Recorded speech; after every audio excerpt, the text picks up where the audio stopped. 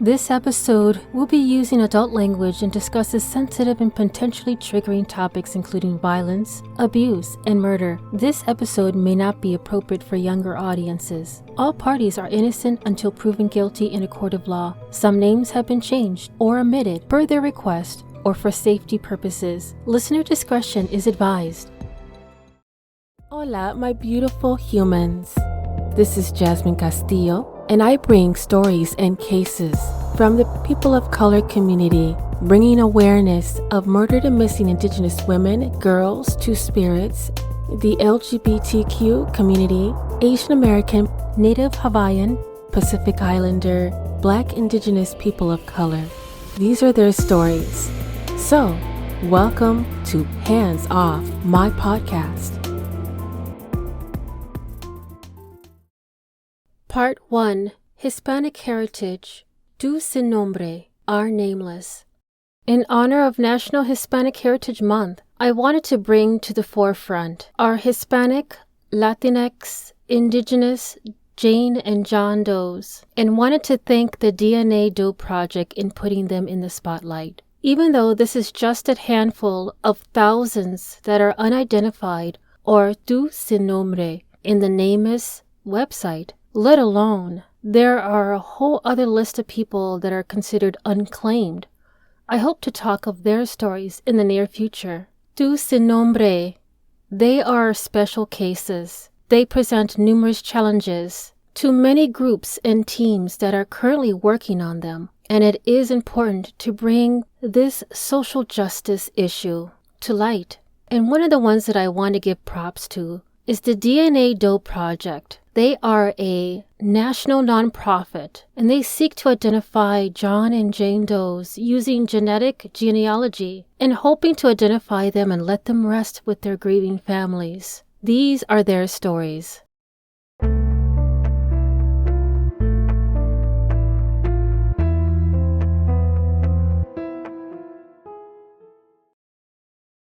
Ventura County Jane Doe. In the 1980s, Westlake Village, California was considered very rural, a remote place that had lots of farms and ranches in this area. And on July 18, 1980, in this area, janitors at a Westlake high school received a call of a mannequin lying in a parking lot. But when they got closer, it was a young woman who was partially disrobed and stabbed.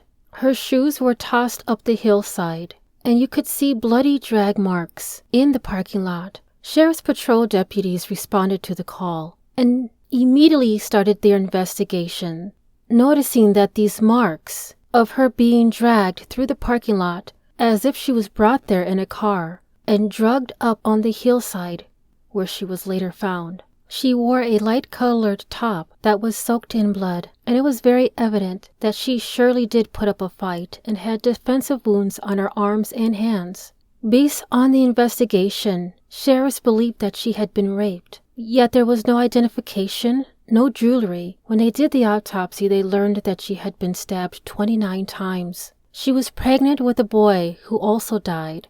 An investigator named Steve Rhodes took over this Jane Doe cold case, and there was DNA evidence that was collected at that time from the rape kit and from the victim's clothing, which was later submitted to CODIS for analysis, which at that time was considered a newer DNA technique. Was possibly abducted from Los Angeles, Kern, Ventura, or Tulare County, and it was theorized that she was taken to the scene from a significant distance. She may have been hitchhiking near the College of Sequoias in Visalia, California, yet it is unknown if this theory is originated from a sighting. Later, CODIS got a hit, and finally after 30 years they had a match for a suspect, a convicted felon named Wilson Shoust, who was locked away behind bars, serving a life sentence for a string of sexual assaults, and also learned that there was a previous CODIS hit for Wilson Shoust to another Jane Doe, but from Kern County, who was later identified as Shirley Sousa.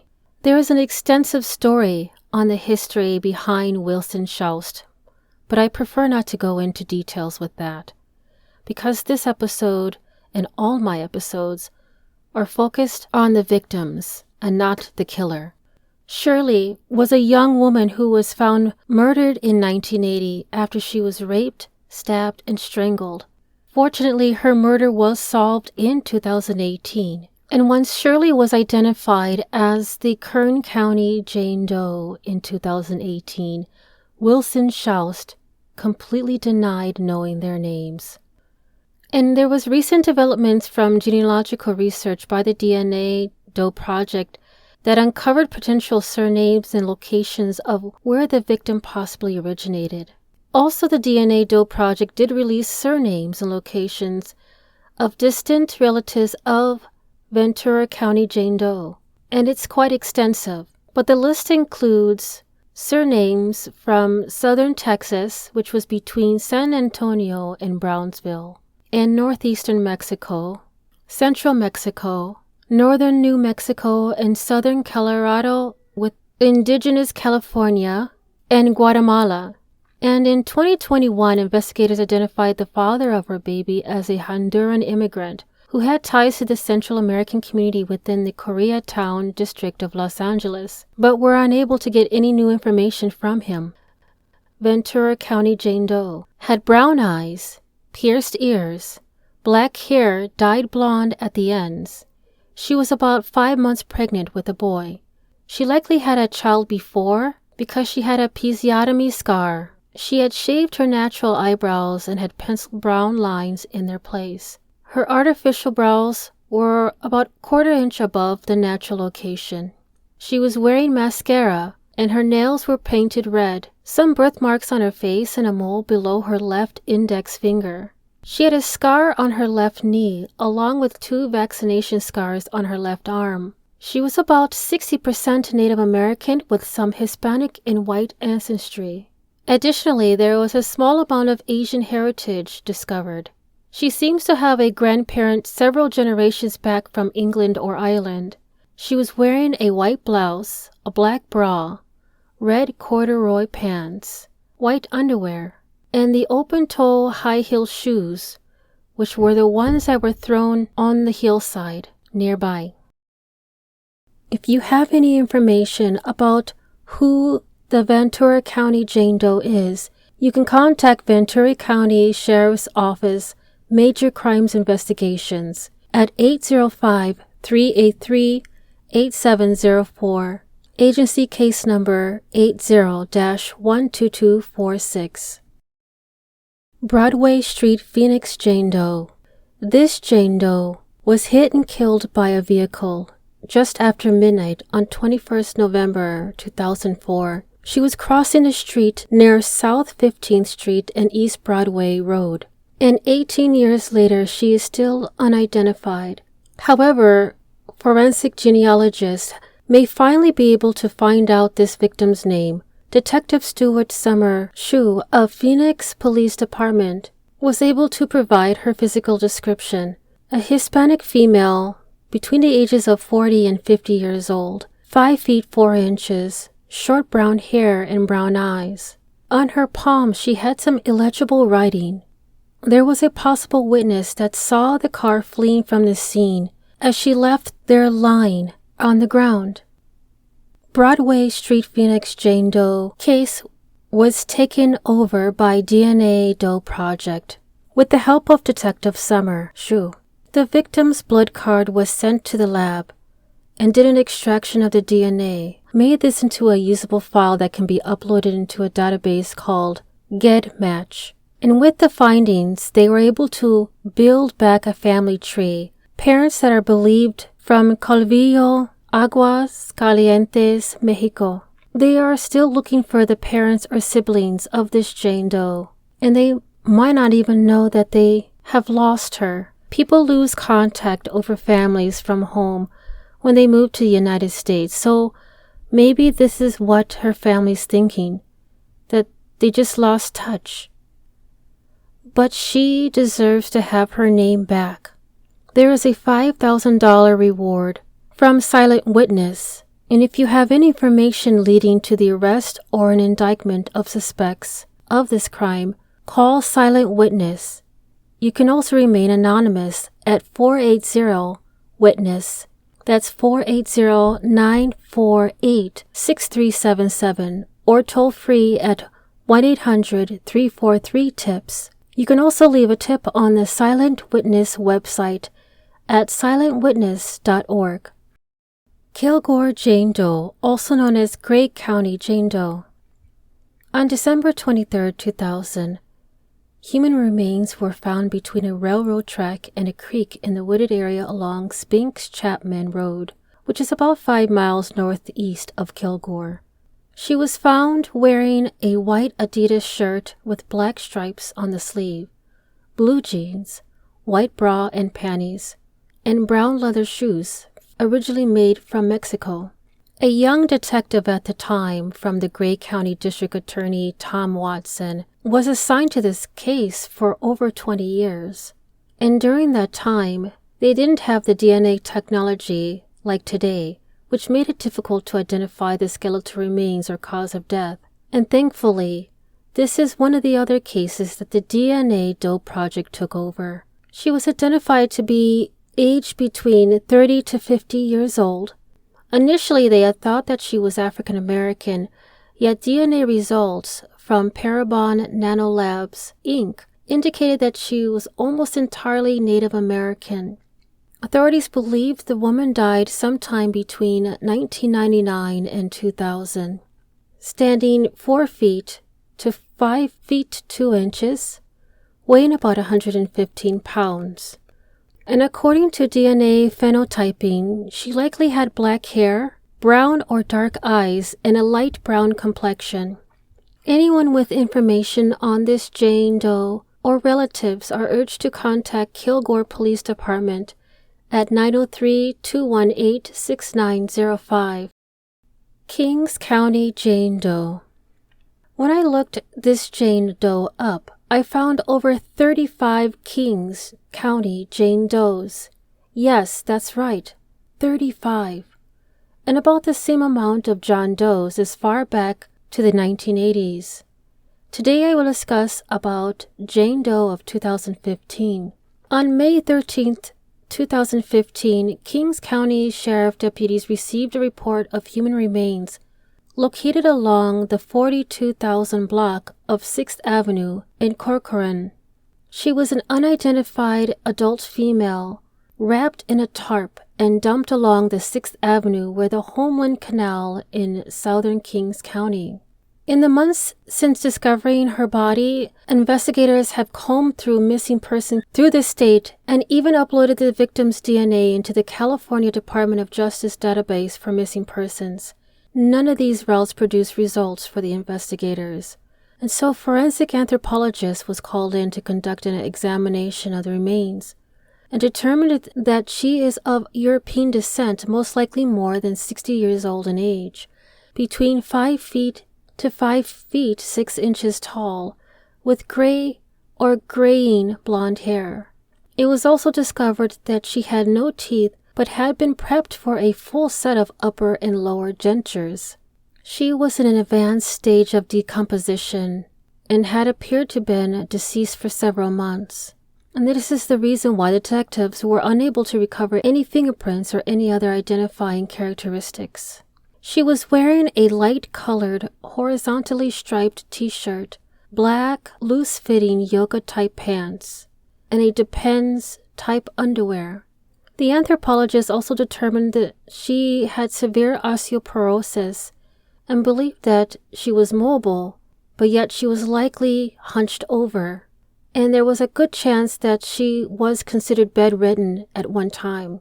They also noticed an old fracture of her nose, which resulted in a slight skewing of the nose to the left. An old fracture of the pelvic area was noted as well.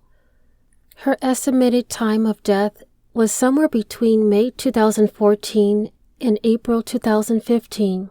Anyone with any information regarding her case is urged to contact the Kings County Sheriff's Department at 559-852-4554. Tempe Girl. Now, with Tempe Girl, she has a very suspicious circumstance around her death. Tempe, Arizona, April 27, 2002. A shopping mall near the Arizona State University early morning. There was an employee of the shopping mall who was on their way to work. However, before their shift started at around 5:40 a.m., this employee took a walk through the alleyway and came across Tempe girl, a young woman to be either of Peruvian or Mexican ancestry or Native American descent, was found fully clothed, wearing blue jeans, a red halter top, and underneath she was wearing blue underwear. When the employee found her, she was wearing only one shoe, which was a black slip-on shoe, a 3-inch wedge, size 6.5. She had straight shoulder-length black hair, brown eyes, a little scar on her left hand, which was kind of an L-shaped. On her wrist, she had a purple hairband. She weighed roughly around 128 to 225 pounds, 5 foot or 5'2". Her approximate age was between 15 to 19, but probably more closer to 17 years old. Once the employee rang the police and had her body taken for autopsy, they announced that Jane Doe, cause of death was cocaine intoxication. She had a large amount of cocaine in her system. At first they thought it was possibly attempted suicide, or maybe just a tragic accident of an addiction. Yet still the police pushed on to identify her, comparing dental charts, taking her DNA sample and fingerprints. However, they couldn't find any matches in the database. Next to Tempe girl's body, they discovered a CD compact disc on the ground, and they can see from looking at the disc that it had a fingerprint. So the investigators decided to carry out tests to try to trace this fingerprint. They were successful. The print was determined to have come from a woman who was living in the Phoenix, Arizona area, which was about 11 miles away from Tempe, Arizona. When the police were able to track down this woman, questioning her to see if she had a friend or an acquaintance that she had taken into her home and to identify this woman. Unfortunately, this woman did not know who Tempe girl was. Yet the CD did belong to her. Ironically, the last time she saw this CD was in her car. She said that her boyfriend had been using her car just a day before Tempe Jane Doe's body was found. So naturally, the police wanted to speak to this boyfriend just in case he knew anything about who she is and how this CD ended up on the ground next to her body. The police were able to investigate and ask further questions to this boyfriend of the woman. And he did admit that yes, he did see this girl. And actually, he was driving his girlfriend's car near an area called Greenway Road in Tempe. When he spotted her hitchhiking, apparently she waved to him, and she flagged him down. So he stopped the car and offered her a lift. She accepted. The boyfriend said that she spoke in Spanish, and she was telling him that recently she had been kicked out of her home by her family because of her drug addiction. And initially, when she did get into the car, she asked the boyfriend if she could take her to a place that had sold concert tickets because there was a concert coming up and she wanted to attend. However, during her journey, she actually changed her mind and asked if he could drive her somewhere else because instead of buying a concert ticket, she now wanted to use the money to buy drugs. So he followed her directions, and when he arrived at the destination, the boyfriend said that a man got into the car next to Jane Doe, and this man was a drug dealer. When he got into the vehicle, there was an exchange of money and cocaine, which she used straight away. However, shortly after this, the drug dealer and this boyfriend witnessed the Doe starting to convulse and have seizures. They began to panic, but instead of trying to get her to some hospital for help, they actually drove her to the nearby shopping mall in Tempe. And there, they dragged her out of the car, and they placed her in the alleyway behind the shopping mall. And she was found the next morning by that employee. And when they left her in that alleyway, she died. The boyfriend claimed that before he left, he did tell the drug dealer to call 911 so that an ambulance would be sent to the scene, and apparently, according to a couple of online sources, a call to 911 was made from a nearby gas station, but the 911 operator that answered couldn't actually work out what the person on the other line was saying, so the emergency services weren't sent to the scene. I don't believe that the drug dealer that sold the cocaine to her was actually traced and identified, so the police couldn't get additional information to coincide with this boyfriend's story. If you have any information on who she is, or please contact the Tempe Police Department at 480-350-8311. Case number 02067577. Tom Green County Jane Doe. Not to be confused with the Jane Doe II, whom was found on December 2nd, 1996. Tom Green County Jane Doe, also known as White Sox, was found on November 15th, 1987. He was nicknamed White Sox based on how he was found wearing upon discovery. Two boys were going fishing southwest of San Angelo, Texas, within a remote nearby to the north shore of the Twin Buttes Lake. Along their fishing trip in a field at the end of a caliche road, which was just off of Farm to Market 1266, the boys stumbled across the decedent in knee-high grass skeletal remains of an identified man. It was believed that he had been dumped in this area, as he was found without shoes, hidden in the bushes. Yet his socks were clean. Based on DNA evidence, his race is mostly Caucasian and mainly of Spanish ancestry, with his closest match on GIDmatch being from Colombia. It was also determined that the man had suffered from spina bifida, which means his spinal cord did not form properly. However, the man might have not known about this condition. He was missing 2 molars, yet had no significant dental work noted. After a re-examination in 2013, it was discovered that he had a 22 bullet hole noted on his skull. He was wearing size 34 by 30 Levi's blue jeans, size 34 jockey shorts, white socks. He is also undergoing testing by the DNA Doe Project. Now, if you believe that you have information on any unsolved cases, please do contact Lieutenant Terry Lowe at the Tom Green County Sheriff's Office at 325-655-8111. All the information for the Jane and Jane Does will be in the show notes.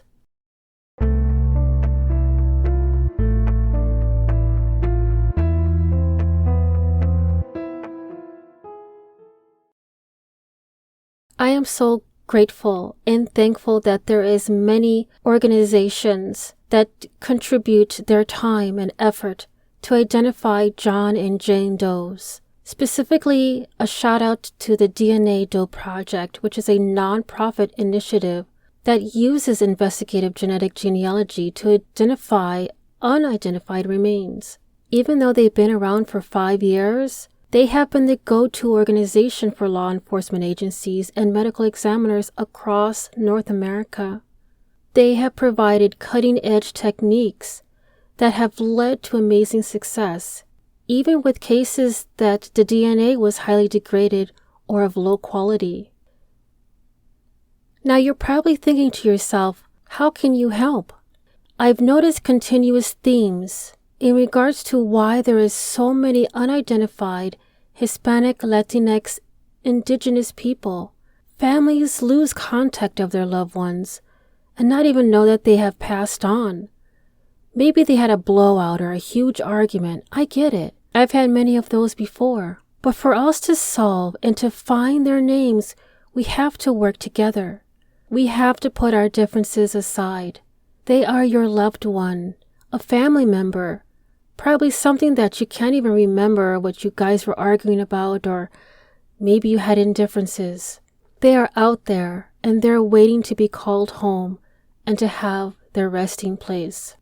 As you know, our family foundation starts at home, and it starts with our children. I remember many years ago that I used to attend events, and they would pass out these child-safe kits. And I did some digging, and they are actually still actively doing this. We must be proactive. I hate to tell parents to think of the worst, but as you can see, this happens every single day. If your child is reported missing, there is a no-cost child-safe kit that can provide important information about your child, which saves valuable time in helping authorities to find them. Their website also provides a link for my Spanish speakers. They are called Child Safe Kits. I will have the link in the show notes. Another thing I know is pretty controversial, especially with the conflict of your belief or others, but placing your DNA in GEDmatch. GEDmatch is a free DNA comparison and analysis website for people who have tested their autosomal DNA using a direct-to-consumer genetic testing company. One of the examples is 23andMe. They have a simple, easy-to-use application. They test the DNA that you've downloaded in their DNA data file. Then they upload your DNA in the GEDmatching process. Lastly, they make comparisons by exploring, matching, and comparing reports of other DNA tools. And because GEDmatch aggregates files from all testing companies, your potential for matches are greater. I will have their link in the show notes. Another cool thing that I did some digging in is an app called Selfie Forensic ID. Now, we use our social media all the time, but have you ever thought of how valuable that is as an investigative tool in searching for missing and unidentified persons? And yet, there's no forensic app that exists that aims of assisting the human identification process. One of the cool things that I read on National Library of Medicine, National Center for Biotechnology Information on NIH. Selfie Forensic ID employs selfie and face photographs as an archive of dental data and dental features of the front teeth of missing persons, sharing with Instagram, Tumblr, and Twitter social networks. This is a free download from either an Android or Apple store. One of the huge pointers in forensic investigation is the teeth. Our teeth are like our own individual fingerprint. There is actually a forensic case in utilizing this smile photography or dental antemortem data collection was used to solve a human identification case, describing the use of selfie photographs to identify a carbonized human remains, published in a report paper of 2016. Forensic dental identification is performed through a comparison of postmortem dental data with antemortem dental profiles of missing persons. Forensic odontologists search this data from dental clinics and hospital x-ray images, dental casts, etc. I just think this is a fantastic idea. If you want to learn more about this, I will have the link in the show notes.